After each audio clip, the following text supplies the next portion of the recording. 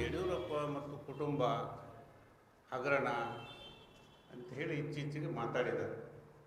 ಅದಕ್ಕೆ ಹಿನ್ನೆಲೆ ಏನಂತ ಹೇಳಿದರೆ, ತಮ್ಮನ್ನು ಒಳಗೊಂಡಂತೆ ನಾಡಿನ ಮಾಧ್ಯಮದವರು, ನಾಡಿನ ವಿರೋಧ ಪಕ್ಷಗಳು, ಬುದ್ಧಿಜೀವಿಗಳೆಲ್ಲ ಇತ್ತೀಚೆಗೆ ನಡೆದಂಥ ವಾಲ್ಮೀಕಿ ಹಗರಣ ಮತ್ತು ಮೂಢ ಹಗರಣ ಇದ್ರ ಬಗ್ಗೆ ಬೆಳಕು ಚೆಲ್ಲಿದ್ದಾರೆ ಮತ್ತು ಹೋರಾಟಗಳು ನಡೆದಿದೆ. ನಮ್ಮ ಪಕ್ಷವೂ ಕೂಡ ನಾವು ದೊಡ್ಡ ಮಟ್ಟದಲ್ಲಿ ಹೋರಾಟವನ್ನು ಮಾಡಿದ್ದೇವೆ. ಅದನ್ನು ಹಿನ್ನೆಲೆ ಇಟ್ಕೊಂಡು ಅದು ಅವರು ಅಧಿಕಾರದಲ್ಲಿದ್ದಾರೆ, ಸಿದ್ದರಾಮಯ್ಯನವರು ಮತ್ತು ಅವ್ರ ಸಂಪುಟ, ಅವ್ರ ಸರ್ಕಾರ ಇದೆ. ಅವ್ರ ವಿರುದ್ಧ ಸಹಜವಾಗಿ ವಿರೋಧ ಪಕ್ಷಗಳಾದ ನಾವು ಮತ್ತು ಮಾಧ್ಯಮದವರು, ಹಿರಿಯರು, ಬುದ್ಧಿಜೀವಿಗಳು, ಭ್ರಷ್ಟಾಚಾರ ವಿರೋಧಿ ವೇದಿಕೆಯವರು, ಬೇರೆ ಬೇರೆ ಸಮಾಜದ ಎಲ್ಲ ಹಂತದವರು ಹೋರಾಟಗಳನ್ನು ಮಾಡ್ತಾ ಇದ್ದಾರೆ, ನಡೀತಿದೆ. ಮತ್ತು ನ್ಯಾಯಾಲಯದಲ್ಲಿ ಕೂಡ ಪ್ರಕರಣ ಇದೆ. ಅದನ್ನು ಮಾತಾಡೋದಕ್ಕೆ ಹೋಗಿ ಈಗ ಅನಗತ್ಯವಾಗಿ ಯಡಿಯೂರಪ್ಪನವ್ರ ಕುಟುಂಬ, BSY ಕುಟುಂಬ ಅಂತ ಹೇಳ್ತಿದ್ದಾರೆ. ಇದು ಸರಿಯಲ್ಲ.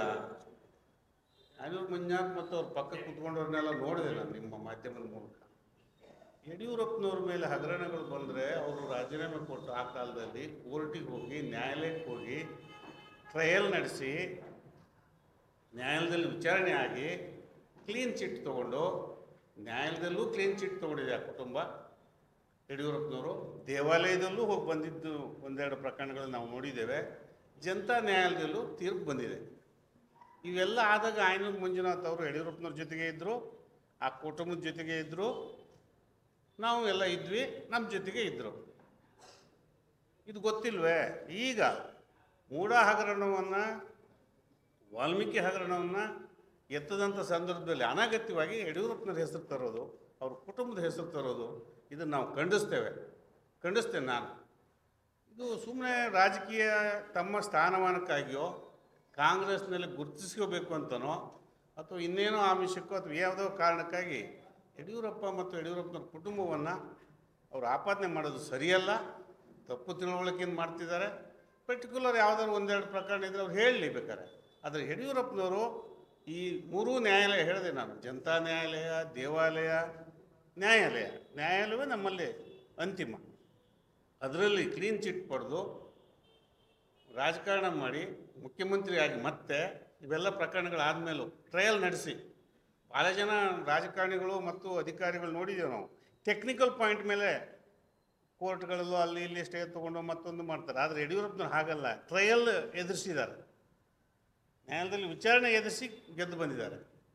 ಗೆದ್ದು ಬಂದ ಮೇಲೆ ಮುಖ್ಯಮಂತ್ರಿಯಾಗಿ ಚುನಾವಣಾ ರಾಜಕೀಯದಿಂದ ನಿವೃತ್ತಿ ಆಗಿದ್ದಾರೆ. ಮತ್ತು ಚುನಾವಣಾ ರಾಜಕೀಯದಿಂದ ಅವ್ರ ಮೇಲೆ ಅಥವಾ ಅವ್ರ ಕುಟುಂಬದ ಮೇಲೆ ಹೇಳ್ತಕ್ಕಂಥದ್ದು ಸರಿಯಲ್ಲ.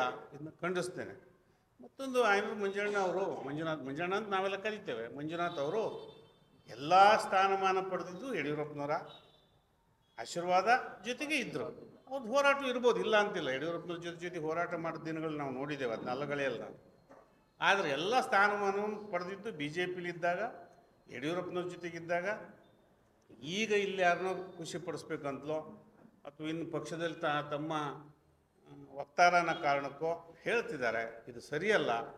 ಮುಂದಾದರೂ ಕೂಡ ಒಬ್ಬ ತಿಳುವಳಿಕೆ ಇರೋರು, 4 ಸದನಗಳನ್ನು ಎದುರಿಸಿದವರು, ಸದನಗಳಲ್ಲಿ ಭಾಗವಹಿಸಿದವರು, ಸದಸ್ಯರಾಗಿದ್ದವರು ಮಾತಾಡುವಾಗ ಯಡಿಯೂರಪ್ಪನವ್ರನ್ನ ಬಿಡಬೇಕು. ಎಲ್ಲರೂ ನಾನು ಹೇಳ್ತೇನೆ. ಉದಾಹರಣೆ ಕಾಗೋಡು ತಿಮ್ಮಪ್ಪನ ಬಗ್ಗೆ ನಾವು ವಿರೋಧ ಪಕ್ಷದಲ್ಲಿದ್ದಾರೆ, ಅವರು ಸಕ್ರಿಯ ರಾಜಕೀಯದಲ್ಲಿದ್ದರು, ನಾವು ಮಾತಾಡೋಕ್ಕೆ ಹೋಗಲ್ಲ. ಅಂಥದ್ದು ದಾಟಿದ್ದಾರೆ.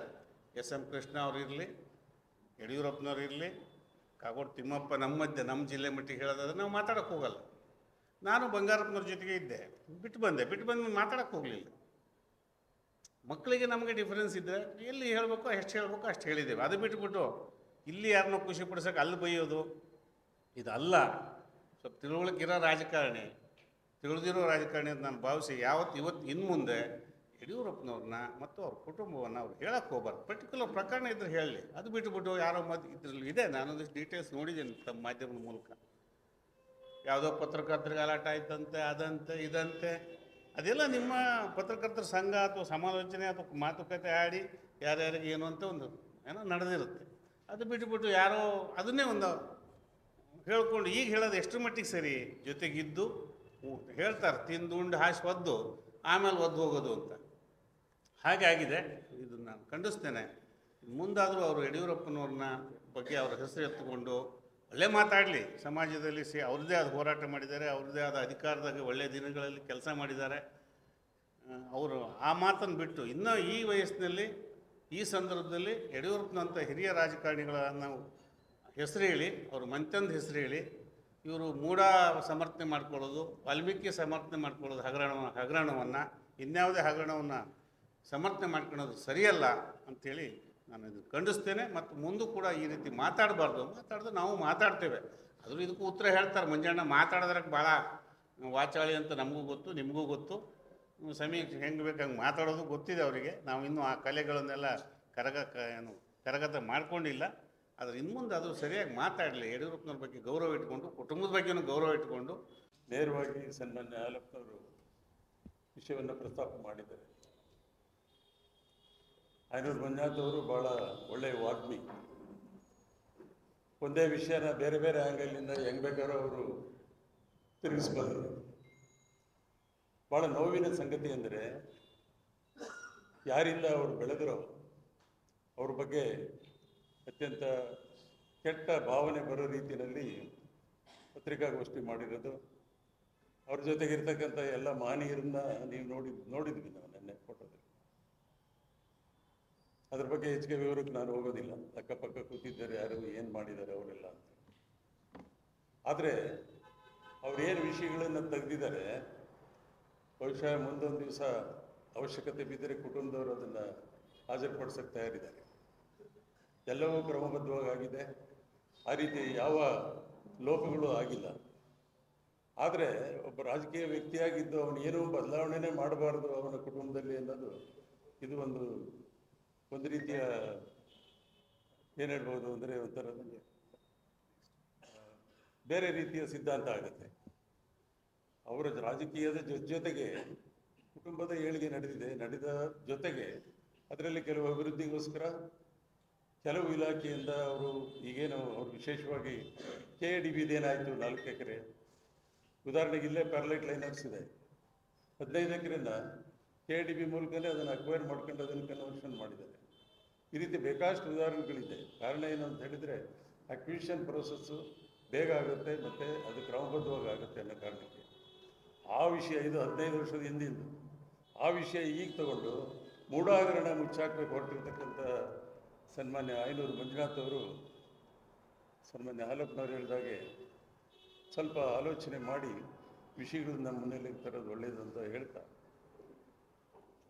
ಅವರು ಕಳೆದ ಬಾರಿ ಚುನಾವಣೆ ಟೈಮ್ನಲ್ಲೂ ಕೂಡ ಇದೇ ಥರ ಒಂದು ರೀತಿ ಬಿಟ್ಟಿದ್ದರು ಕೆಲವು ವಿಷಯಗಳನ್ನ. ಆವಾಗ ನಾವು ಹೇಳಿದ್ವಿ, ನೀವೇನೇ ಮಾತಾಡಿ ಸೌಜನ್ಯದಿಂದ ಮಾತಾಡಿ, ಅವರ ಹಿರಿತನಕ್ಕೆ ಬೆಲೆ ಕೊಟ್ಟು ಮಾತಾಡಿ ಅಂತ. ಆವಾಗ ಹೇಳಿದ್ರು, ನಾನು ಯಡಿಯೂರಪ್ಪನವ್ರ ಬಗ್ಗೆ ವಿಶೇಷ ಗೌರವ ಇದೆ, ಅವ್ರ ಬಗ್ಗೆ ನಾನೇನು ಮಾತಾಡಿಲ್ಲ, ಅವ್ರ ಮಕ್ಕಳ ಬಗ್ಗೆ ಕೇಳ್ತಾ ಇದ್ದೀನಿ. ಅವರದ್ದು ಕೂಡ ಸಾಕಷ್ಟು ಮಾಹಿತಿಗಳಿದೆ, ಜಿಲ್ಲೆಯಲ್ಲಿ ಒಳ್ಳೆ ಕೆಲಸ ಮಾಡಿದ್ದಾರೆ, ಎಲ್ಲದಕ್ಕೂ ಕೂಡ ಉತ್ತರ ಕೊಡೋದಕ್ಕೆ ಅವ್ರು ತಯಾರಿದ್ದಾರೆ. ನಾವು ಆಯನೂರು ಮಂಜುನಾಥ್ ಅವರಿಗೆ ಹೇಳೋದಿಷ್ಟೇ, ಪಕ್ಷದಲ್ಲಿ ಭಾಳ ಎತ್ತರಕ್ಕೆ ಬೆಳೆದವರು ನೀವು. ನಿಮ್ಮನ್ನು ನೋಡಿ ಭಾಳಷ್ಟು ಜನ ರಾಜಕೀಯದಲ್ಲಿ ಪ್ರಭಾವಿತರು ಕೂಡ ಆಗಿದ್ದಾರೆ. ನೀವು ಮಾತಾಡೋದು ಪ್ರತಿಯೊಂದು ಕೂಡ ಯುವಕರಿಗೆ ಮಾರ್ಗದರ್ಶನ ಇದ್ದಾಗಿರಬೇಕು. ಈ ರೀತಿ ನೀವು ಹೋಗಿರೋ ಪಕ್ಷದಲ್ಲಿ ಆ ಹಿರಿಯರ ಆಶೀರ್ವಾದ ಪಡೆಯೋದಕ್ಕೋಸ್ಕರ ಈ ಥರ ಎಲ್ಲ ಮಾತಾಡೋದು ನಿಮಗೆ ಶೋಭೆ ತರಲ್ಲ ಅನ್ನೋದನ್ನು